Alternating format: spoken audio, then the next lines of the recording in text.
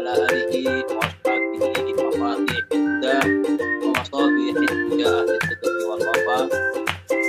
Hadratul muhtaromin yang saya muliakan, saudara-saudara ikhwani fillah, seluruh pengurus takmir Masjid Astra dan juga Yayasan Amali Astra serta host, moderator, serta seluruh jamaah Zoomiyah pada diskusi malam hari ini.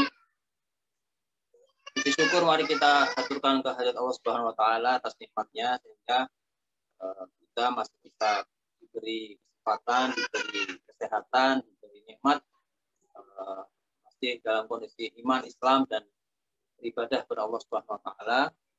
Salawat serta salam marilah kita haturkan kepada Nabi kita, Nabi Muhammad sallallahu alaihi wasallam. Apakah suara saya terdengar dengan baik? Bagus Ustaz, sudah kami tangkap dengan baik Ustaz. Alhamdulillah ya.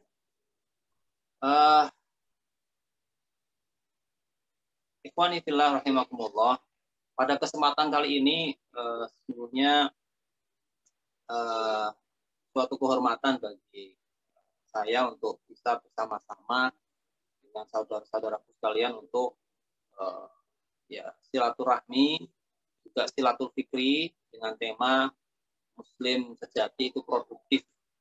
Maka tadi sekilas saya sudah mengirimkan sedikit tambihat, sedikit bahan untuk kita semua di PPT sudah saya kirimkan kepada Ustadz Rahmat Hidayat. Nanti mungkin bisa kalau ada waktu bisa ditampilkan di Zoom ini. Sebagai pengantar, ini menurut pemikiran saya dan semoga ini menjadi sebuah semacam ilustrasi ataupun gambaran bersama bahwa memang pada saat ini kondisi umat Islam secara umum di tingkat global pada peradaban kontemporer ini harus dalam satu sisi kita bersyukur. Yang pertama bersyukur kenapa? Karena negara kita ini, negara Kesatuan Republik Indonesia,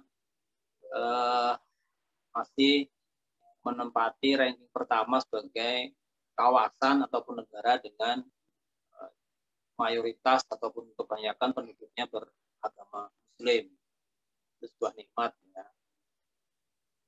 Namun dalam hal yang lain kita juga perlu bermuhasabah bahwa jumlah populasi ataupun secara kuantitas ini idealnya dan seharusnya diimbangi dengan memaksimalkan atau optimalisasi pada aspek kualitas. Nah, pada aspek kualitas inilah perlu banyak yang masih perlu dikejar oleh umat Muslim, baik di Indonesia maupun di tingkat global. Faktor kualitas tersebut mungkin saudara-saudara sekalian sudah sering membaca riset Prof. Hasan Askari ya dari George Washington University yang mengcover tentang indeks negara Islami, di mana dalam penelitian tahunan tersebut Profesor Askari itu masih menempatkan justru pada ranking-ranking pertama itu atau ranking awal itu ya banyak didominasi oleh negara-negara yang notabene penduduknya ataupun bentuk negaranya itu tidak bernuansa ataupun bercorak Islam, namun spirit-spirit kemudian norma-norma, nilai-nilai dan kehidupan negaranya justru itu sesuai ataupun tercover oleh ajaran-ajaran dan nilai Islam itu.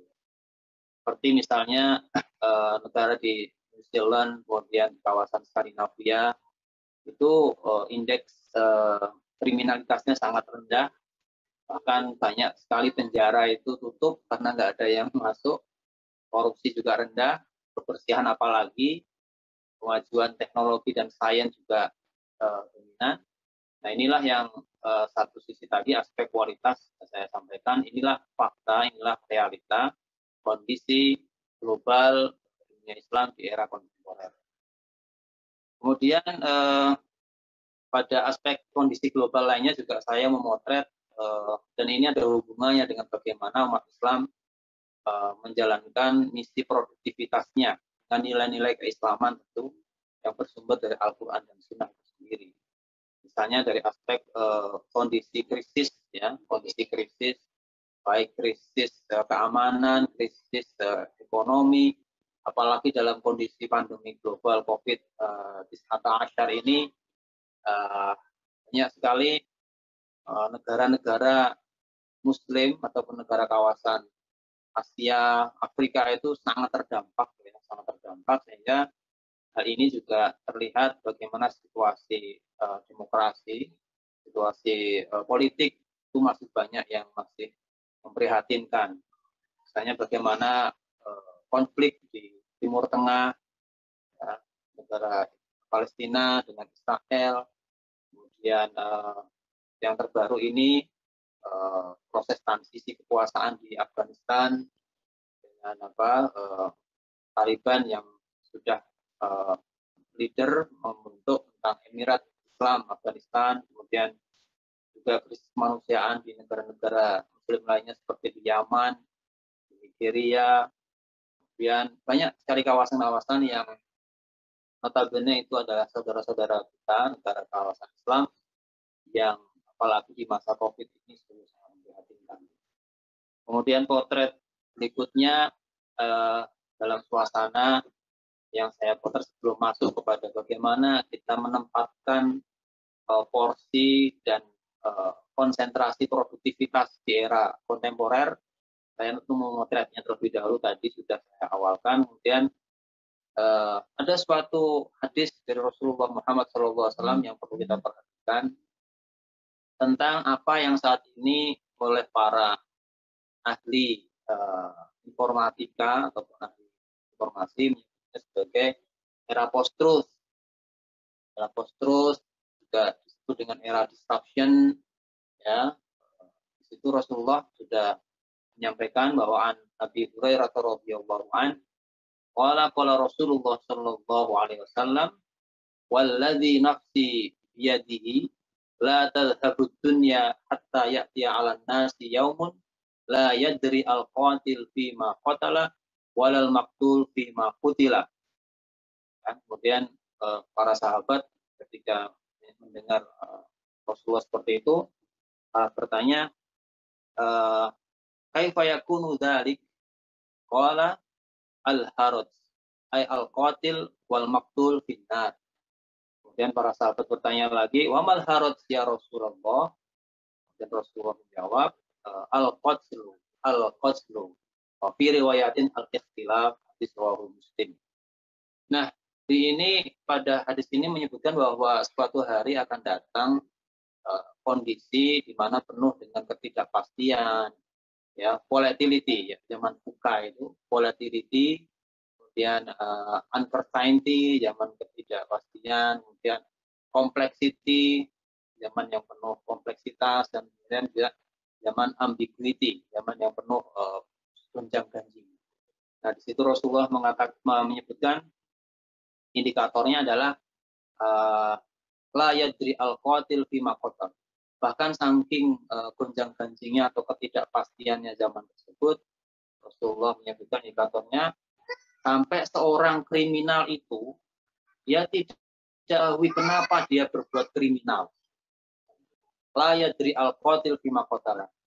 Dan yang kedua, bahkan orang yang jadi korban kriminalitas pun juga tidak mengetahui kenapa dia bisa menjadi korban kriminalitas. Karena sesungguhnya dalam ilmu kriminologi itu kan semuanya ada alasannya, ada faktumnya. Kenapa orang itu melakukan tindak kriminal? Ini sampai orang yang melakukan kriminal aja nggak tahu kenapa dia kok bisa berbuat kriminal. Nah, itu kemudian para sahabat bertanya, kaifa yakunu dzalik ya Rasulullah? Rasulullah mengatakan al-haraj, inilah dari haraj. Haraj, kemudian ditanya lagi, apa itu al-haraj? Rasulullah mengatakan al-qatl, yaitu hari penuh dengan konflik, hari penuh dengan tindak kriminalitas. Dalam riwayat yang lain sebutkan al-ikhtilaf, yaitu zaman penuh dengan perbedaan. Kemudian pengantar berikutnya bisa kami sampaikan oleh saudara-saudara sekalian. Di mana posisi peradaban Islam? Nah, ini paling penting ya, karena kita berbicara tentang produktivitas Muslim, maka tentu kita melihat posisi dunia Muslim saat ini, di abad ini, di era ini sudah sampai mana. Karena kita sebagaimana ketahui bahwa peradaban-peradaban besar itu sudah pernah melintas dan mengisi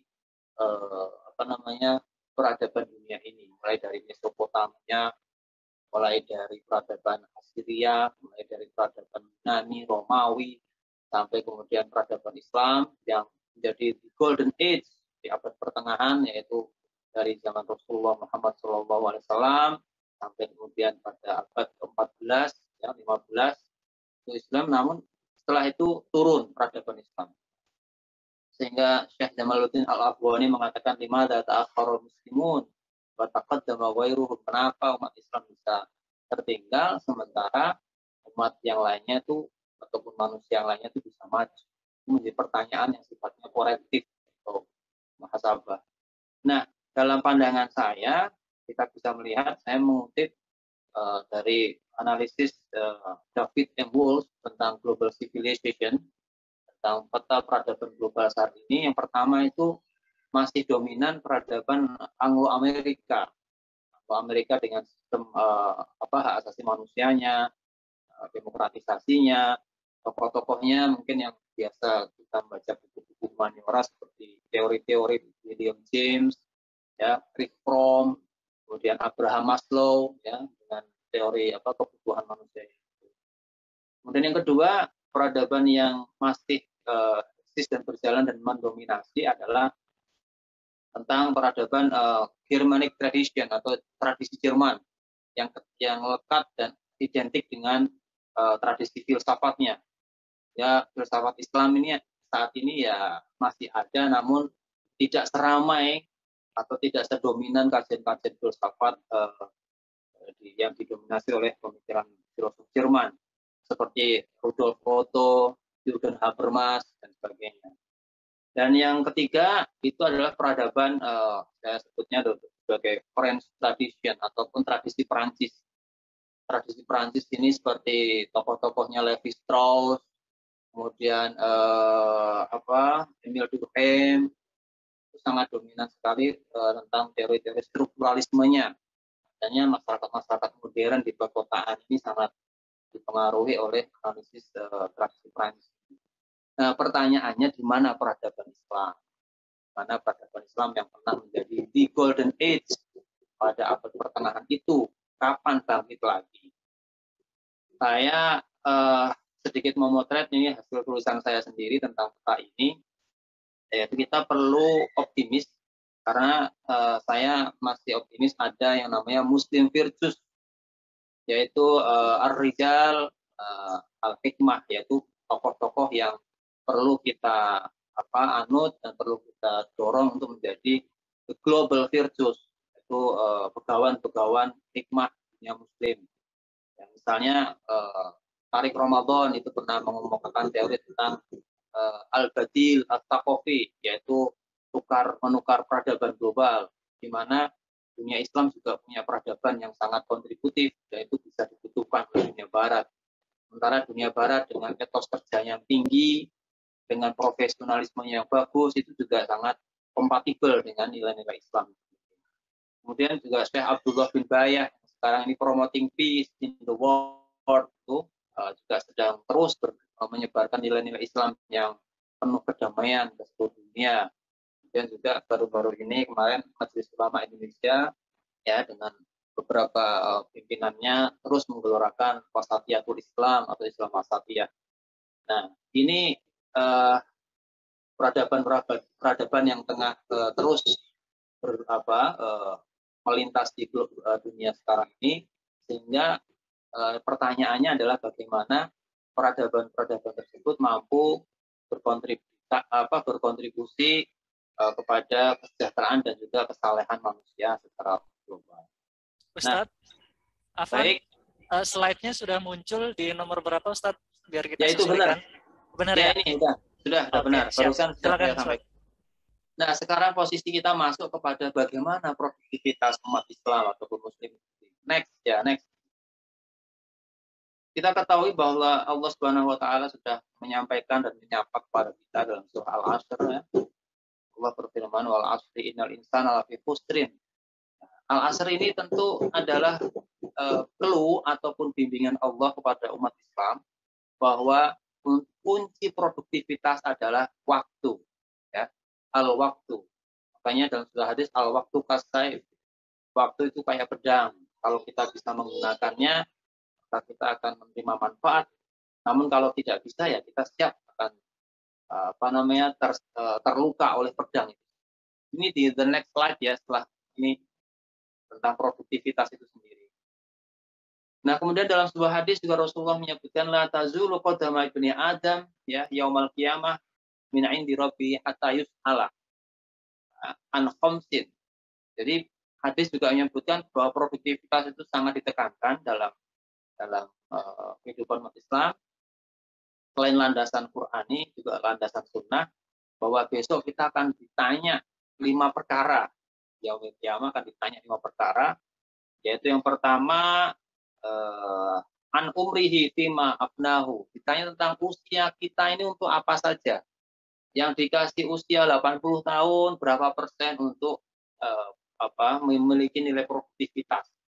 Yang umurnya 60 tahun, berapa kontribusi yang kemanfaatan yang bisa disampaikan kepada manusia. Dan berapa kerugian yang ditimbulkan oleh umur kita. Dan berapa waktu yang kita buang-buang itu kan. Ada 5 itu ya, masa mudanya untuk apa, ila akhiril hadis. Ini menunjukkan bahwa Islam, baik Quran maupun hadis itu sangat konsen pada produktivitas umat Islam sendiri. Sehingga ini usulan saya membuat metrik sederhana, peta atau roadmap bagaimana umat Islam itu memiliki produktivitas yang tinggi, dan saya sendiri juga masih berupaya belajar untuk mengarah ke sana. Ada 4 tawaran saya bagaimana umat Islam itu menjalani roadmap produktivitas. Yang pertama, tujuan produktivitas itu sendiri. Umat Muslim itu produktif itu tujuannya apa? Kemudian yang kedua, indikatornya apa? Ya.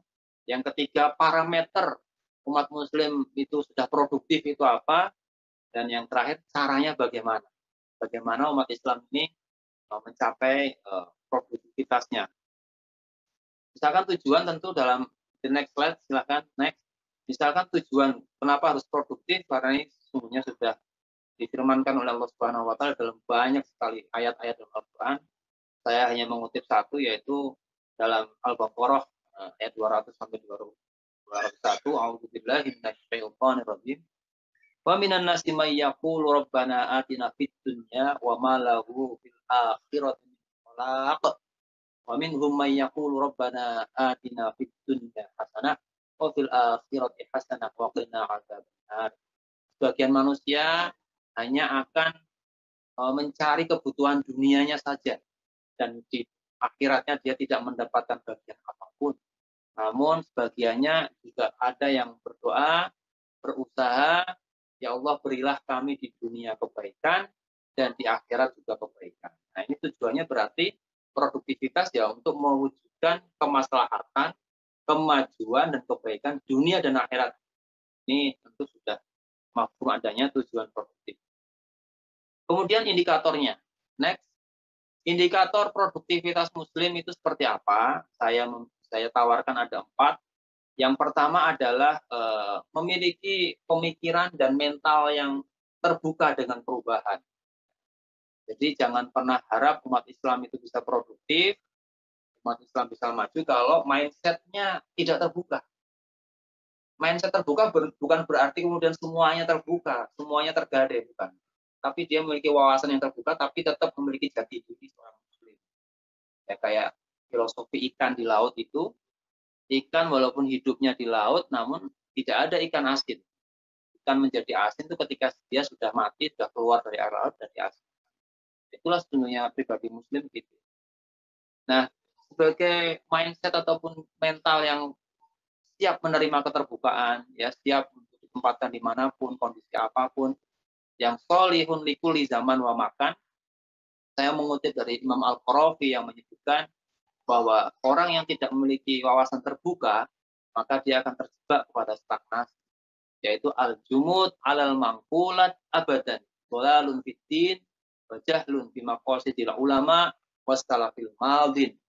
Orang yang mentalnya dan berpikirnya itu tertutup, ya, tertutup, anti perubahan, anti keterbukaan, anti tidak bisa memahami dengan benar tentang globalisasi, ya dia akan selamanya akan menjadi umat yang terbelakang dan tidak memahami maksud dan tujuan ulama-ulama salaf. Makanya dalam kaidah fikih itu selalu al-hukmu yaduru ma'a illatihi wujudan wa adaman. Hukum fikih, ya, hukum fikih yang digali hukumnya dari Quran dan Sunnah itu selalu berorientasi kepada perubahan, tergantung kepada perubahan yang terjadi pada situasi manusia. Kemudian indikator yang kedua untuk produktif adalah kreatif dan inovatif. Ya, jadi harus kreatif, harus inovatif, tidak sebagai follower terus, tidak bermental pengikut terus, tapi dia memiliki upaya-upaya yang kreatif dan inovatif. Makanya dalam sebuah kaidah disebutkan al-muhafadzah 'alal qadimis shalih, ya, wal bada'u bil jadidil aslah. Orang yang mau merawat kebaikan yang sudah pernah dicapai, merawat prestasi yang sudah pernah dicapai, namun tidak hanya berhenti menyerah kepada bersyukur dan menerima capaian-capaian positif saja, tapi dia harus wal bada'u bil jadidil aslah atau wal ibtikar bil jadidil aslah. Dia harus menemukan hal-hal yang terus baru. Ya. Karena kebaruan ini sebuah sunatullah. Kenapa? Maka disinilah Imam Al-Juwaini, Imam Al-Haramain pernah mengatakan, innan nusus mahdudah walakinnal hawadith wal waqa'i wan nawazil ghairu mahdudah. Yang namanya teks baik Quran maupun sunnah itu sudah terbatas, sudah selesai. Ya, Al-Quran ya 30 juz, hadis juga sudah selesai dengan wafatnya Nabi. Namun ada yang belum selesai dan selalu terjadi dan selalu bertambah. Apa itu? Walakinnal hawadith wal waqa'i wan nawazil ghairu mahdudah. Yaitu dinamika-dinamika, hal-hal baru, kejadian sosial, kejadian alam itu selalu tidak pernah berhenti, selalu berganti, selalu mewarnai. Inilah yang dibutuhkan adanya kreatif dan inovatif. Kemudian yang ketiga, indikator Muslim produktif menurut saya adalah dia berorientasi kepada empowerment ataupun perbaikan-perbaikan. Ya, spiritnya adalah ta'dhimul manafi' wa ziyadatul masalih. Selalu berupaya enlarging utility, selalu berupaya menambah nilai kemaslahatan dan nilai kemanfaatan kehadiran dia di masyarakat sekitar. Jadi dari tahun ke tahun, dari waktu ke waktu memiliki orientasi selalu menambah kebaikan. Dan yang keempat dalam pandangan saya, indikator Muslim produktif adalah dia memiliki Muslim yang manfaat secara terapan, memiliki menjadi manusia yang bermanfaat secara praktis. Tadi yang katakan al-islah ila ma huwal aslah, tsummal aslah fal aslah. Jadi orang yang selalu berorientasi selalu lebih baik, terus lebih baik dan terus lebih baik. Itu adalah indikator Muslim produktif. Kemudian parameternya apa kalau Muslim produktif itu? Parameternya saya mencatat ada 4, yaitu tujuannya adalah terbentuknya ataupun terwujudnya tata masyarakat yang berkeadilan. Nah ini tentu masalah keadilan ini sangat kompleks ya. Namun bagaimana Al-Quran menyebutkan bahwa keadilan itu sesuatu hal yang tidak bertawar-tawar dan harus diperjuangkan oleh semua umat Muslim. Bagaimana Allah sebutkan dalam surah Al-Maidah ayat 8, ya ayyuhalladzina amanu kunu qawwamina billahi syuhada bil qist.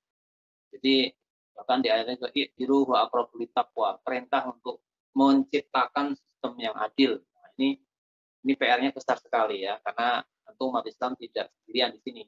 Ya berhimpitan dengan suasana ekonomi global, umat Islam juga berhimpitan dengan suasana politik global. Namun sebagai Muslim as person, sebagai Muslim pribadi dan keluarga, tentu harus terus mengedepankan nilai-nilai keadilan. Kemudian parameter berikutnya menjadi Muslim yang produktif adalah memiliki ataupun terwujudnya peradaban yang bagus. Bagaimana sudah dinaskan oleh Al-Quran bahwa sesungguhnya hadirnya umat Islam itu ya sesungguhnya menjadi umat yang terbaik. Kuntum khairu ummatin ukhrijat linnas ta'muruna bil ma'ruf wa tanhauna 'anil munkar. Allah menggunakan redaksi kuntum fi'il madhi kana ya.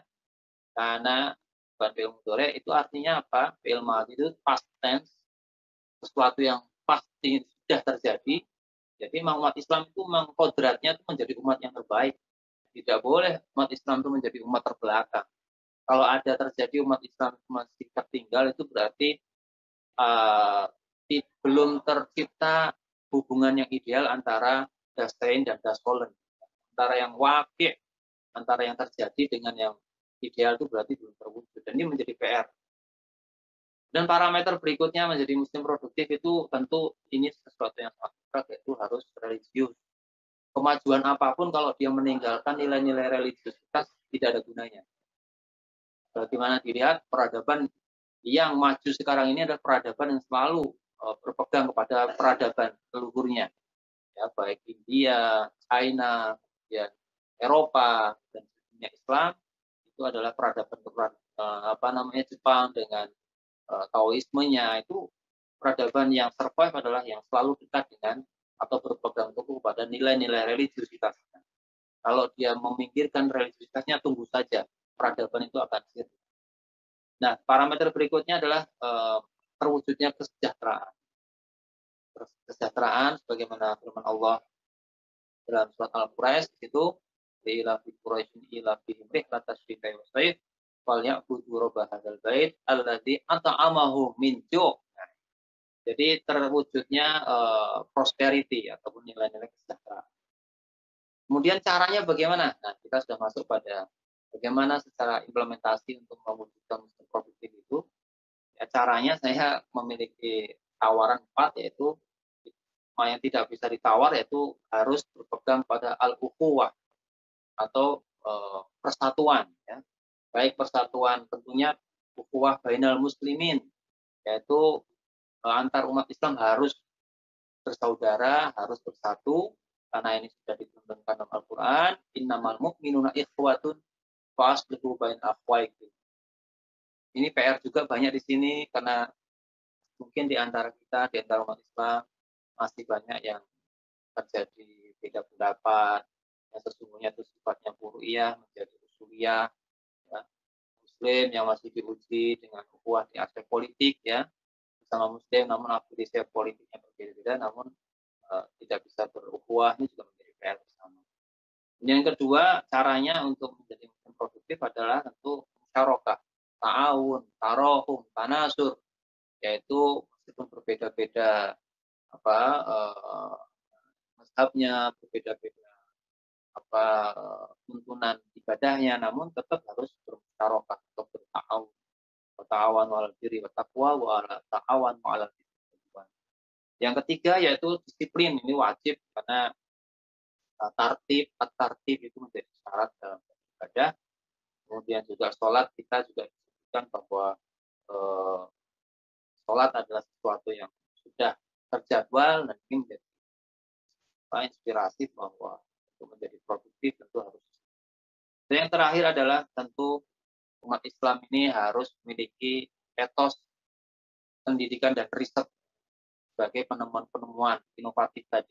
Tanpa adanya pendidikan dan riset, tradisi riset, maka bisa saja nilai-nilai Islam justru yang menemukan orang non-muslim itu sendiri. Maka dari itu Rasulullah pernah menyebutkan bahwa al-hikmatu dhalatul mu'min. Fa inna ma wajadtumuha fakhudhuha fa innakum ahaqqu biha. Hikmah itu sesungguhnya punyanya umat Islam. Dimanapun hikmah itu ditemukan, mau di Amerika, mau di negara-negara non-muslim, tapi hikmah itu milik umat Islam, dan umat Islam yang lebih berhak untuk mengamalkan. Nah, terakhir ini adalah deklarasi Aspen, ya, di mana peradaban global itu masih berorientasi bagaimana agar etika dan moral global itu seperti ini.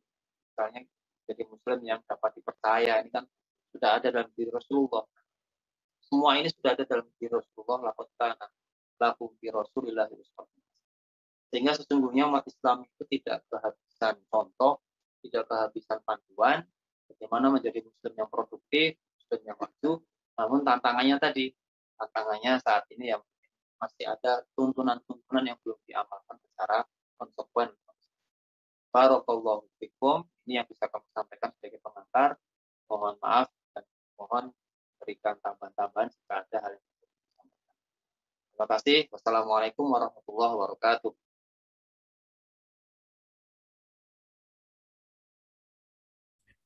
Ya, Waalaikumsalam warahmatullahi wabarakatuh. Ya, sembari menunggu jamaah sekalian mengajukan pertanyaan, ada satu pertanyaan yang sudah masuk, Ustadz. Izin saya bacakan. Dan bagi jamaah yang ingin mengajukan pertanyaan kembali, silakan diajukan sesuai tema dan disampaikan dengan singkat ke host kajian ya. Ya, pertanyaan pertama, Ustadz. Ini dari Pak Yudo. Ustadz, bagaimana teknologi digital yang serba online ini dapat mempengaruhi produktivitas Muslim? Demikian Ustadz, pertanyaan yang pertama.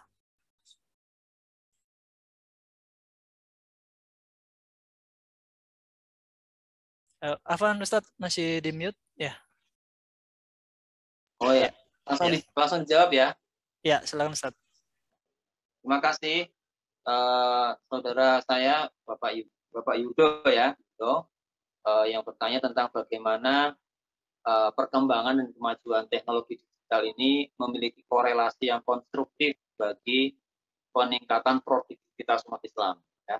Oke, tentu ini sudah sebagaimana yang saya sampaikan dan kita perlu bermuhasabah dalam hal ini ya. Contoh misalnya di era COVID ini.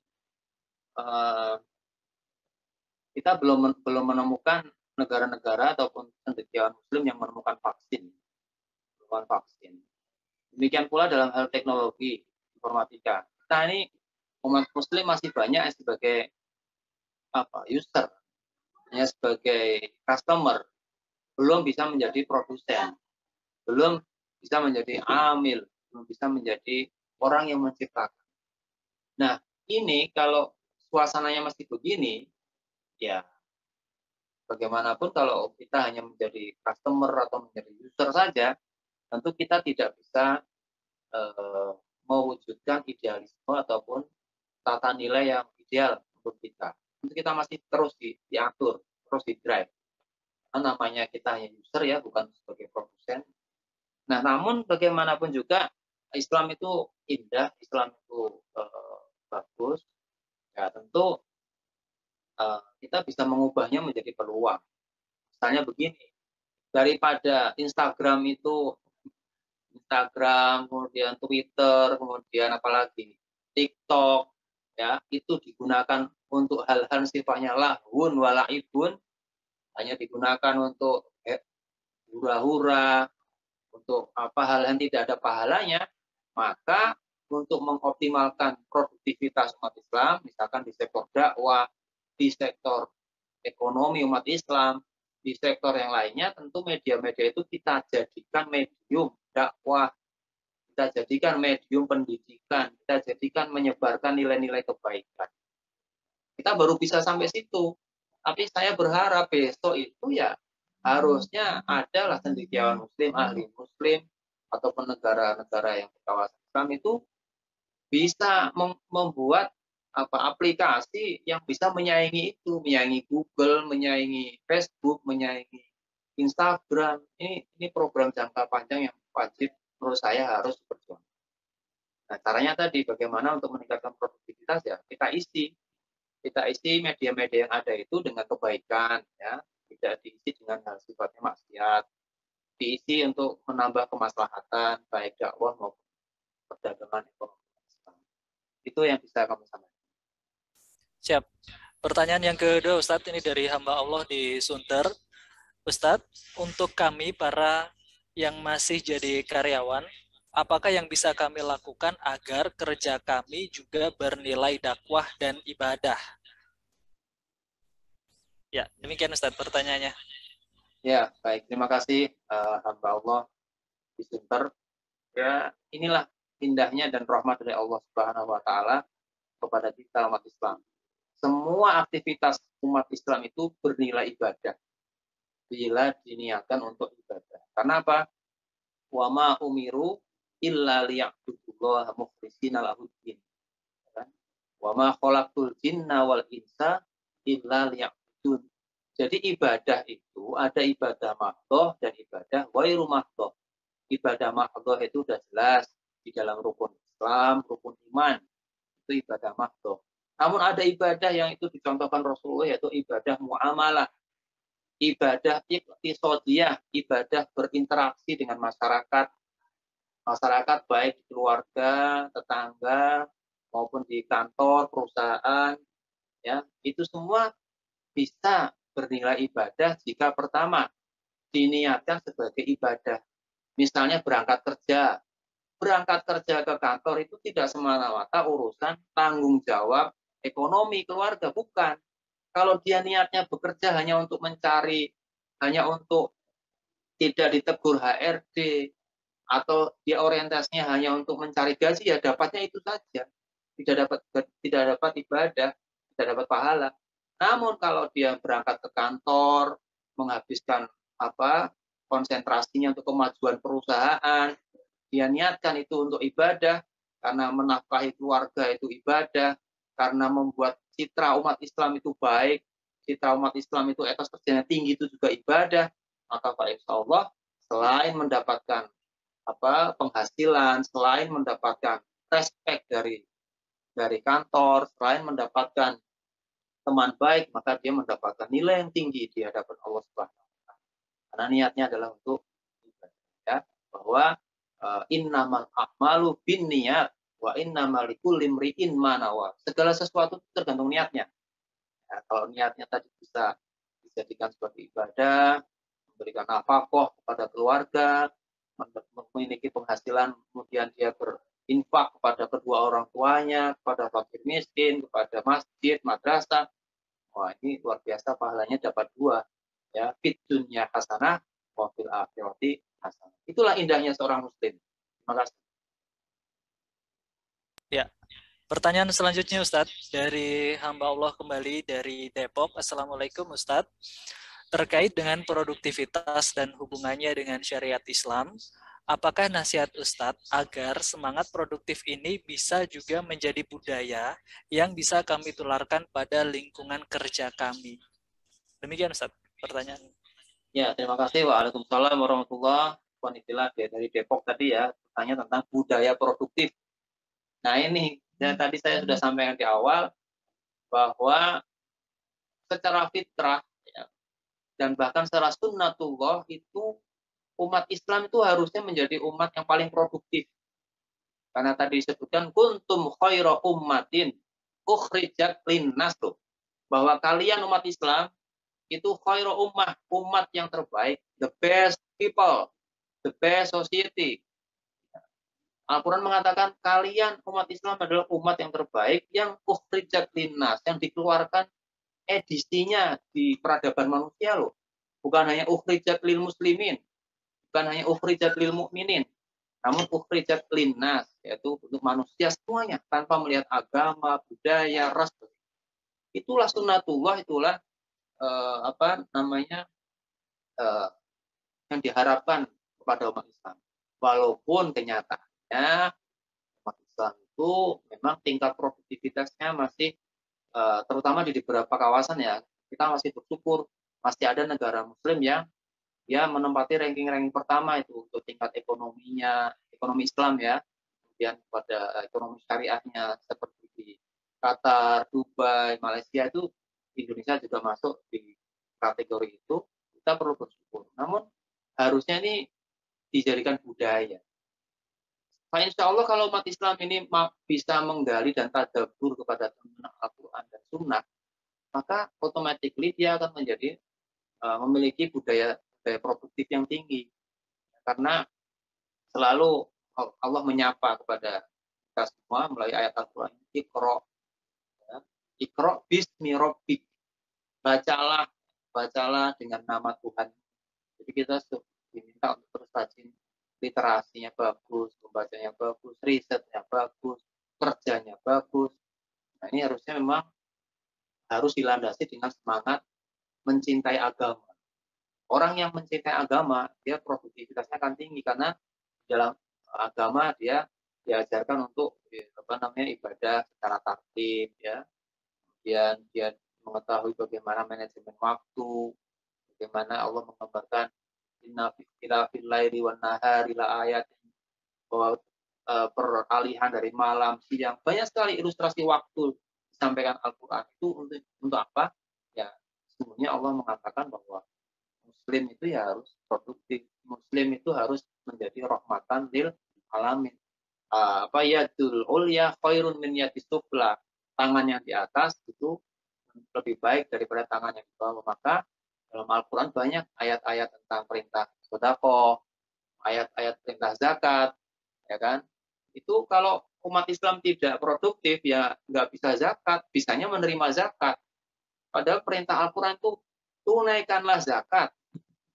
Jadi disuruh menjadi umat yang memberi, menjadi umat yang di atas, bukan mau menjadi umat yang terbelakang. Jadi itu yang memahami agama, menggali agama yang baik, dia akan menjadikan produktivitas tidak hanya sebagai budaya, tapi juga produktivitas sebagai ibadah. Demikian.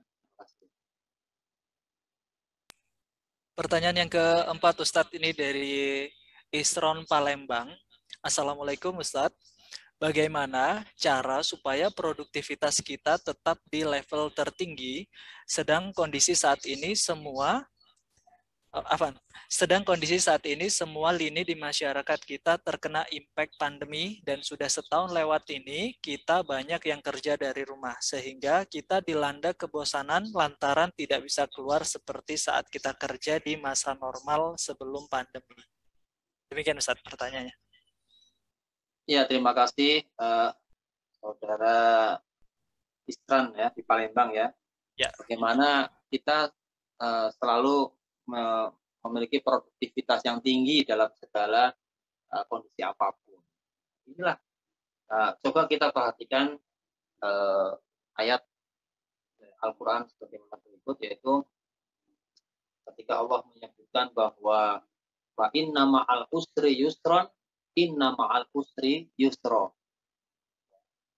Setiap ada tantangan, setiap ada kesulitan, pasti Allah menyertainya dengan kemudahan. Setiap ada hambatan, pasti ada jalan keluarnya. Setiap ada masalah, pasti ada jawabannya. Setiap ada sakit, pasti ada obat. Nah, artinya, bagaimana Allah juga menfirmankan dalam ayat yang lain bahwa segala sesuatu diciptakan berpasang-pasangan. Zaujaini la'alakum tadhakkarun, ya. Bahwa segala sesuatu itu diciptakan berpasang-pasangan. Artinya apa? Kalau kita hanya berhenti kepada mengeluh, seolah-olah ini kita kok produktivitasnya kok terbatasi. Sesungguhnya tidak ada produktivitas yang terbatasi. Karena apa? Ketika ada suasana yang terbatasi, pasti di dalamnya Allah juga menyediakan atau menciptakan atau memfasilitasi sesuatu yang tanpa batas. Karena itu sudah jaminan dari Allah. Wa inna ma'al usri yusron. Bahkan di situ Ibnu Katsir menyebutkan kenapa lafal al-usr atau kesulitan itu menggunakan al yang dalam bahasa Inggrisnya itu adalah definitif, atau kesulitan itu bisa terdeteksi, kesulitan itu bisa dihitung. Namun ketika Allah menggunakan redaksi yusron, fa inna ma'al usri yusron, ya, yusron nggak ada alnya, artinya apa? Kemudahan itu tanpa batas. Kemudahan itu lebih luas daripada kesulitan. Kita ini baru diuji Allah pandemi COVID belum 2 tahun. Ya. Kita diuji sakit belum 2 tahun. Namun pernahkah kita bersyukur umur kita sekarang berapa? Bagi yang umurnya ada 30 tahun, lebih panjang mana umurnya dengan cobaan itu? Kalau yang sedang diuji ekonominya baru 2 tahun ini, dia umurnya sudah 40 tahun, pernahkah dia menimbang-nimbang selama 40 tahun itu dia dikasih makan oleh Allah, dikasih oksigen oleh Allah, jantungnya masih bisa diberi denyut nadi oleh Allah. Pernahkah kita membandingkan nikmat Allah? Wa in ta'udzu nikmatallahi la tuhsuha.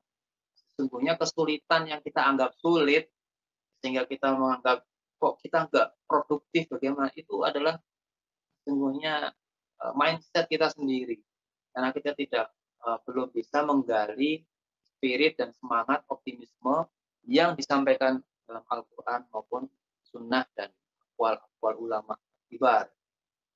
Ya, tentu yang dilakukan pertama kita harus merefresh, harus muhasabah terkait mindset kita dulu.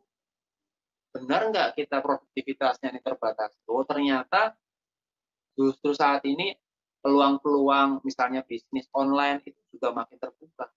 Dan ketika bisnis online itu dibuka, maka sesungguhnya yang terjadi adalah kompetisi secara fair. Semuanya bisa membuka toko di online-nya. Yang dulu hanya didominasi oleh kelompok-kelompok yang dominan, sementara yang nggak berakses ke online itu pasarnya menjadi terbatas. Dengan adanya teknologi online ini, semuanya bisa menunjukkan dan menjual produk-produknya ke seluruh penjuru masyarakat. Jadi kita harus perlu melihat yang lebih luas lagi. Kita selain melihat yang lebih luas, kita introspeksi mindset kita. Yang lebih penting lagi adalah kita harus tidak boleh bersu'ut tafahum. Kita tidak boleh su'udzon. Kita harus husnul tafahum. Kita harus husnudzon kepada takdir Allah, karena sesungguhnya wa ma kana rabbuka bidzallam lil abid. Allah itu tidak pernah sekalipun untuk berniat zalim kepada hambanya. Ya, wa ma rabbuka bidzallam lil abid. Allah tidak pernah berbuat zalim kepada hambanya. Kita ini yang mungkin muhasabahnya kurang, membacanya kurang, pengalaman. Demikian, terima kasih. Ya.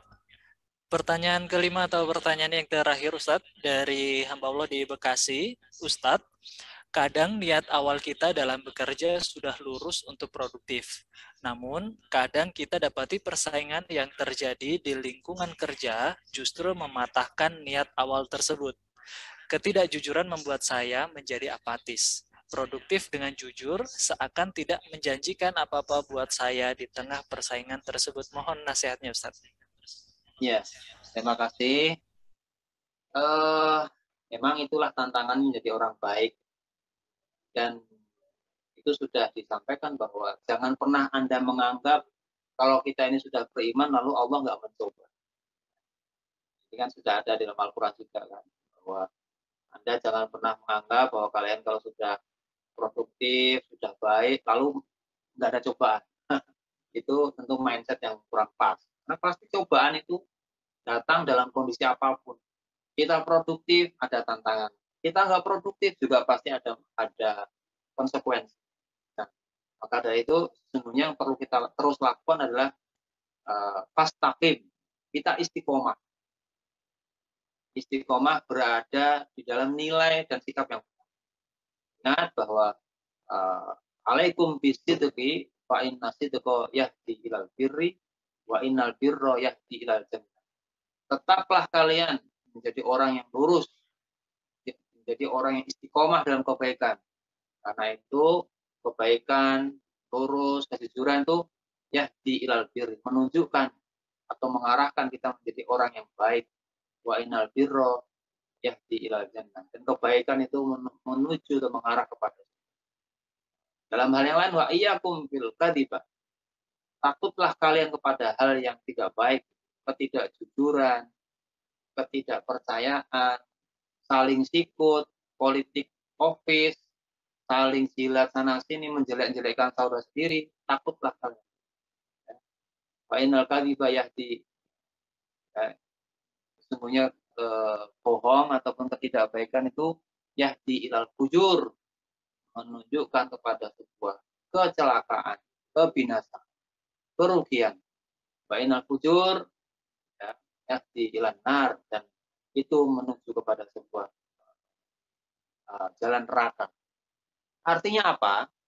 Artinya ya kita harus tetap istiqomah menjadi pribadi yang baik, produktif, tidak bisa ditawar-tawar lagi.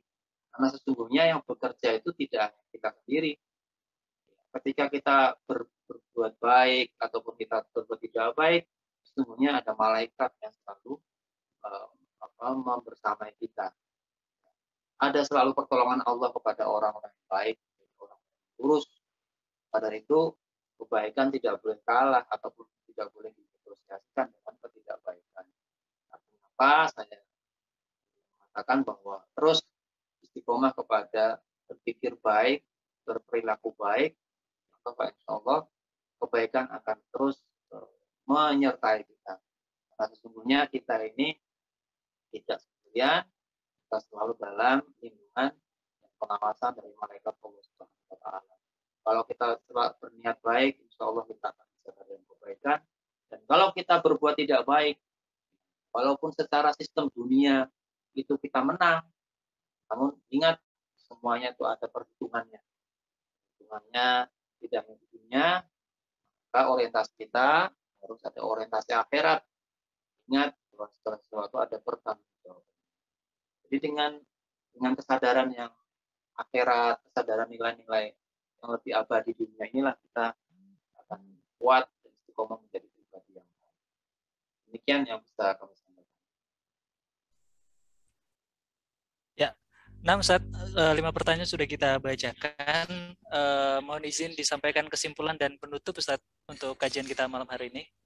Baik, terima kasih. Ikhwani fillah, alhamdulillah kita berbicara, berdialog, berdiskusi tentang bagaimana kita menjadi muslim yang produktif.